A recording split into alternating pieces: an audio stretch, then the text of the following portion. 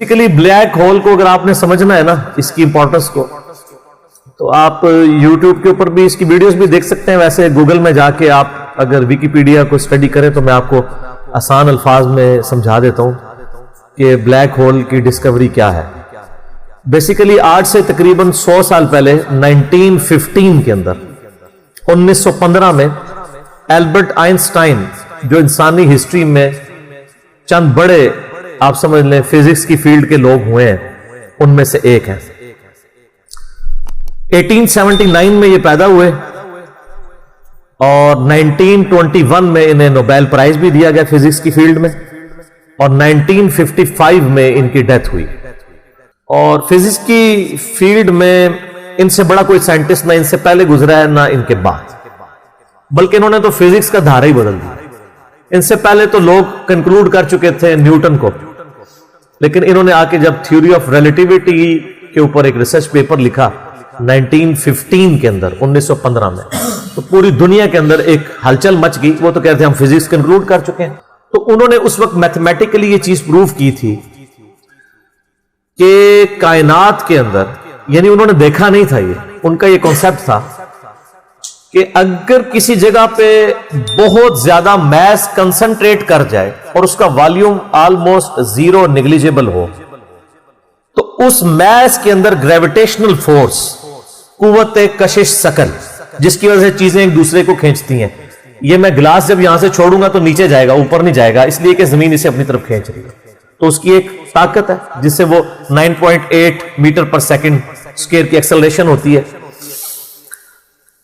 تو انہوں نے کہا تھا کہ اگر ایسا میس کائنات میں کہیں ایگزسٹ کرتا ہو کہ اس کا والیوم تو آلموسٹ زیرو ہو، لیکن اس کا جو میس ہے وہ وہاں پہ انٹینس میس ایسا کنسنٹریٹ کرے، تو اس کی گریویٹیشنل فورس اتنی زیادہ ہوگی کہ اس کے پاس سے بھی اگر کوئی ستارہ گزرے گا تو وہ اس کو ہڑپ کر لے گی، جس طرح ایک ورٹیکس کرتا ہے. بلیک ہول ایک خلائی ورٹیکس ہے. جس طرح سمندری بھنور ہوتے ہیں نا، جن میں بڑے بڑے بحری جہاز بھی ڈوب جاتے ہیں، چکر کھا رہا ہوتا ہے، کوئی بھی چیز کے قریب بھی ہے وہ اس کو پہلے سک کرتی ہے پھر اندر ڈبو دیتی ہے پھر ختم. اس طرح خلا کے اندر بھی ایسے ورٹیکس ہو سکتے ہیں جہاں پہ کنسنٹریٹڈ ماس ایگزسٹ کرتا ہو، اور وہ گریویٹیشنل فورس اتنی ہوگی کہ ایون لائٹ بھی اس میں انٹر ہونا تو وہ بھی اسکیپ نہیں کر سکتی، جو اس کائنات کی سب سے تیز ترین چیز ہے اور ایبسولوٹ کانسٹنٹ ہے. آئنسٹائن نے تو یہ بھی کہا نہ ٹائم کانسٹنٹ ہے نہ میس کانسٹنٹ ہے،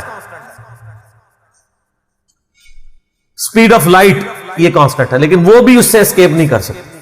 اور سپیڈ آف لائٹ آپ کو پتہ ہے کتنی ہے؟ 300,000 یعنی 3 لاکھ کلومیٹر ایک سیکنڈ میں. روشنی اتنی تیز ہے کہ ایک سیکنڈ میں زمین کے 7 چکر کاٹ سکتی ہے.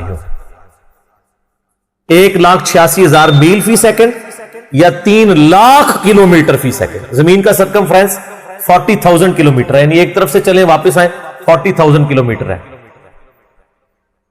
تو ایک سیکنڈ میں روشنی زمین کے 7 چکر کاٹ سکتی ہے. اسی لیے کائنات کے فاصلے جو ہیں وہ روشنی کے اعتبار سے ماپے جاتے ہیں. یہ اتنے لاکھ نوری سال، اور ایک نوری سال ہی بہت زیادہ ہوتا ہے. 1 لائٹ ایئر یہ ہے کہ روشنی ایک سال تک اسی رفتار سے چلتی ہے تو جتنا فاصلہ طے کرتی ہے. وہ تو آپ میرا ہو از اللہ والا لیکچر دیکھ لیں، مسئلہ 60، اس میں میں نے پھر بتایا کہ کائنات کے فاصلے کتنے ہیں. تو آج ہم بلیک ہول کے اوپر بات کر رہے ہیں. تو وہ بلیک ہول کا ان کا ایک کانسیپٹ تھا کہ ایسا اگر ہو تو ہو جائے گا. پھر سائنٹسٹ نے اس پہ کام کرنا شروع کیا. آپ ہسٹری دیکھیں کرتے کرتے 3-4 سال پہلے سے انہوں نے ابھی وہ اس کے اوپر یعنی دنیا میں جتنی ٹیلیسکوپس تھیں بڑی بڑی 8 ٹیلیسکوپس انہوں نے فٹ کی، جو کئی یعنی سالوں تک وہ امیج لیتی رہی ہیں. وہ امیجز جوڑ کے تو انہوں نے بہرحال ایک بلیک ہول ایسا دریافت کر لیا ہے کہ جو واقعی جہاں پہ یہ پوری کہکشائیں بھی غائب ہو جاتی ہیں. اور یہ فزیکلی اس کی ویڈیو بھی انہوں نے منظر عام پہ لے آئے. تو سر یہ تو کریشن ہے نا جی، اصل تو ان ساری چیزوں کے پیچھے کریٹر ہے. God is the only explanation of all the physical phenomena in this universe. Science تو صرف آپ کو چیزوں کی نو ہاؤ دیتی ہے، جو پیچھے ول آف کریٹر ہے، ول آف گاڈ ہے. ظاہر سائنس تو وہ پھر آئنسٹائن نے خود ہی کہہ دیا نا کہ science without religion is lame and religion without science is blind. تو یہ بلیک ہول کی دریافت بہت بڑی دریافت ہے. باقی جو لوگ اس کو دھکے سے وہ قرآن پاک کی آیات میں فٹ کرنے کی کوشش کرتے ہیں وہ ساری ہماری اسیسمنٹس ہیں. اس طریقے سے ایک جس طرح سورۃ الواقعہ میں آیت وہ لے کے آتے ہیں نا، فلا اقسم بمواقع النجوم وانه لقسم لو تعلمون عظیم، میں قسم یاد فرماتا ہوں ان جگہوں کی جہاں پہ ستارے ڈوبتے ہیں، اور کاش تم جانتے ہوتے کہ یہ کتنی بڑی قسم ہے جو ہم نے یاد فرمائی ہے. تو بعض لوگوں نے اس آیت کو بلیک ہول کے ساتھ ریلیٹ کیا کہ ستاروں کے ڈوبنے کی جگہ وہ بلیک ہولز ہیں جہاں پہ پوری پوری کہکشائیں غائب ہو جاتی ہیں. مے بھی ایسا ہو بھی سکتا ہے. جو پرانے مفسرین ہیں وہ اس کو ستاروں کی منازل کہتے ہیں. میرا موقف یہ ہے کہ قرآن پاک کی آیات آفاقی ہیں. ہمارے پرانے مفسرین کو اگر کوئی باتیں سمجھ نہیں آئی ہیں نا کسی مسئلے میں، اور ان کی جو اتنی آبزرویشن تھی اس میں ہی وہ فٹ کرتے تھے، وہ اپنی جگہ ٹھیک تھے. آج اگر کوئی نئی ڈسکوری ہوگی ہم اس میں اس لیے فٹ کرتے ہیں کہ اللہ تعالیٰ نے قرآن پاک کو قیامت تک کے لیے مسلمانوں یا انسانیت کی رہنمائی کے لیے رکھا ہوا ہے. ہر آنے والا وقت قرآن پاک کی نئی چیزیں لوگوں کے سامنے لے کے آئے گا. یہ جو علق کا ترجمہ ہمارے پرانے لوگ کیا کرتے رہے، اقرأ بسم ربک الذی خلق خلق الانسان من علق، تو وہ بعض لوگ پہلے ترجمہ کرتے تھے قرآن یعنی انسان کو اللہ تعالیٰ نے خون کی پھٹک سے پیدا کیا. حالانکہ علق کا یہ کوئی ترجمہ عربی کے اندر اس کے لیے کوئی لٹریچر کی بنیاد نہیں ہے.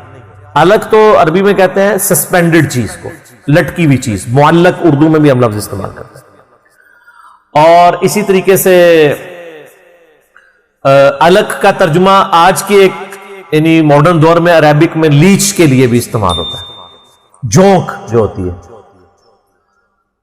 اور اس کی اگر شکل کو دیکھیں آپ، یعنی جو ایمبریو ہے رحم مادر میں، وہ انیشلی سسپینڈڈ فارم میں لیچ کی شکل میں ہوتا ہے.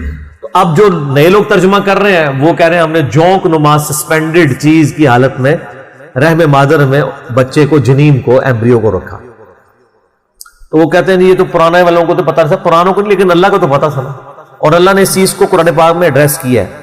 سورہ حامیم سجدہ کی آخری آیات ہے، سَنُرِيهِمْ آيَاتِنَا فِي الْآفَاقِ وَفِي أَنفُسِهِمْ حَتَّى يَتَبَيَّنَ لَهُمْ أَنَّهُ الْحَقُّ. ان قریب ہم زمین و آسمان میں اور تمہاری جانوں میں تمہیں ایسی نشانیاں دکھا دیں گے کہ تم پکار اٹھو گے، تم پہ یہ بات کھل جائے گی.